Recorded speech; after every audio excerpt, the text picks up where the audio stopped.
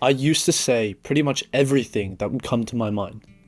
Not because I was a confident person, but instead because there was no gap between having a thought and saying the thought out loud.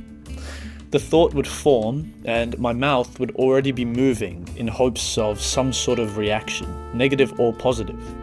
I was a vocal and spontaneous and quick to act or dim-witted person, and I would hurt people a lot of the times with that quickness more than I would like to admit, even though I am admitting it here. And it's not because I ever intended to, and that was the hardest thing for me to convey to the people that I had unintentionally hurt.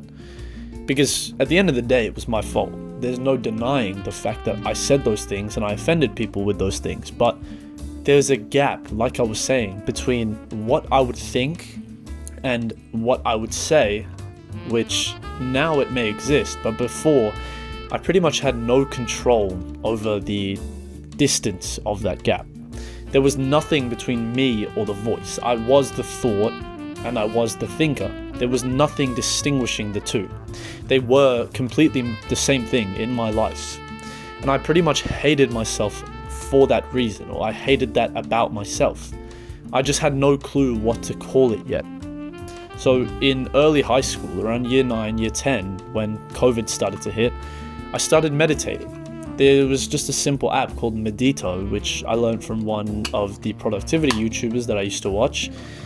And all I would use was a timer with my eyes closed, sitting on my bed, just breathing in through my nose and breathing out through my nose.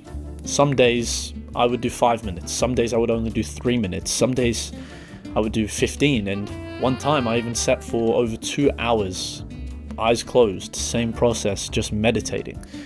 Which in hindsight feels a little bit less like discipline and more instead like I'd found the one single place which felt quiet enough for me to stay in and be aware of what I was thinking.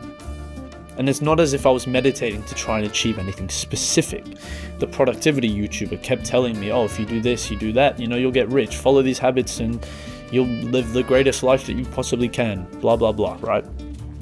All I knew when I was doing the meditation was that something in my head was too loud and I wanted it to be less loud. Not necessarily quiet, just less loud. So the moment that meditation started to change something, or at least I felt the change, was actually in a classroom, the same place where I felt I needed to change. Somebody said something and a thought popped into my mind. It formed immediately. It was sharp, it was like a smart aleck comment, and it was quite cruel as a matter of fact. Pretty much the exact same thing that I used to say or used to leave my mouth before I'd even finished thinking about it. And this time, I didn't say it. I watched the thought form in my mind. I saw its shape, I saw its composure, saw what would happen to that person if I had said that thing, and in the same exact motion of thinking, I changed it into something else. Something constructive instead of something that would have hurt that person and hurt myself in the same sense, because I feel bad for the person after I said it, as evil as that sounds. And it was all in pretty much one stroke. There was no effort from me exactly, but instead I was just suddenly standing somewhere that I'd never stood before. And it felt unique. It felt as if the thought was in front of me. I was behind the thought instead of inside the thought. And that was, I think, probably the first time I understood what people mean when they talk about separating the thinker from the thought, or being the thinker instead of the thought. I wasn't managing what I was saying. I wasn't managing my mouth. I was just watching my mind formulate things. And the gap between those two things had finally existed to me. I'd never known it had existed until I felt it finally open. And it didn't stick with me. It's not as if that one time I did it, I'd become a perfect person after. And I think that's probably one of the most important things to mention, because most of what gets said about any sort of habit or productivity online gets said as if meditation or journaling or any of these other habits is a switch just flipping and now you're a different person completely. It wasn't like that, and I don't think it ever will be for any individual person who ever acts upon any sort of positive mental habit. the gap that opened in that classroom, that feeling, that one moment that I'd experienced, closed again plenty of times after, and I'd still be a horrible person to those people around me sometimes. I still said so many things that I'd regretted, and I still reacted before I actually observed what my reaction was. But the gap was now there. I was aware of that gap now. Even when I wasn't using it, even when I was in the same positions I was before I'd felt that gap, I now knew it existed and I had something to strive towards. And that changes something, even as I'm failing to access it. So over time, using it more, it got more and more reliable. It didn't become permanent because, like I said, I don't think anyone can permanently solve their mind. The 5 minutes a day of just meditation, waking up after my shower in the morning, right before I hopped on the bus to school, I would just do 5 minutes. It was as simple as that. That 5 minutes a day built something that started showing up in those moments which I had not scheduled. I hadn't planned for it to show up. The classroom, or the argument between me and my parents or my siblings, or the comment that I almost made but I didn't, and the feeling that came across me, yet I didn't act upon it because I felt the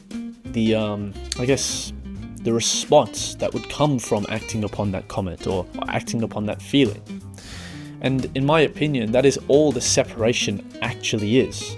The separation is not silence from the mind to the soul.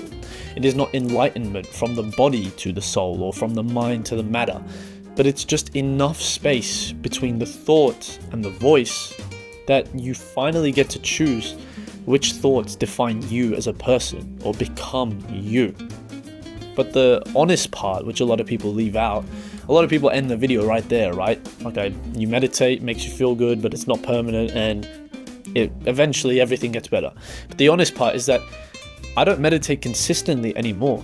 Even knowing it worked, even knowing the fact that it was one of the best things to happen to me and feeling directly and unmistakably what it does to my life, yet somehow to me the 5 minutes of sitting on my bed just breathing is less valuable than an hour of scrolling on my phone, or I feel less able to commit to 5 simple minutes than an hour, 2 hours, 3 hours of just scrolling, doom scrolling, fucking bullshit.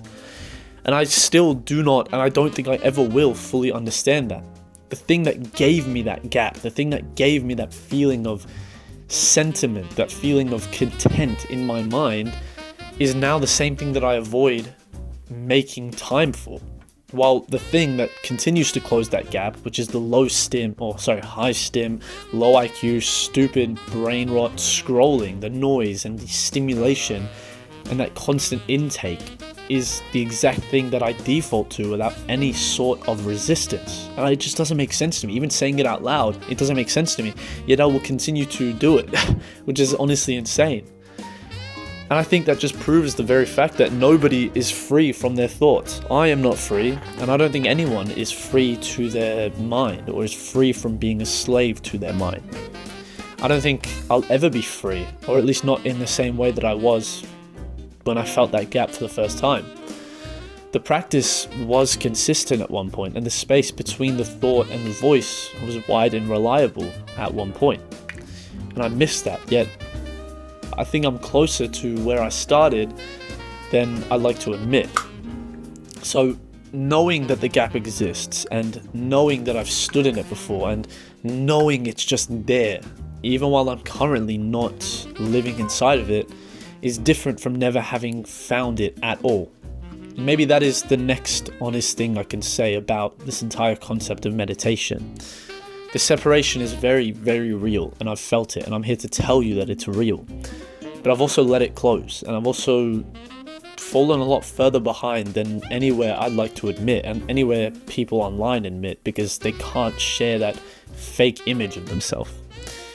So I'm telling you right now, I'm telling you both of those exact things, because I think that the second one matters just as much, if not more, than the first one. So try meditation. It's as simple as 5 minutes a day.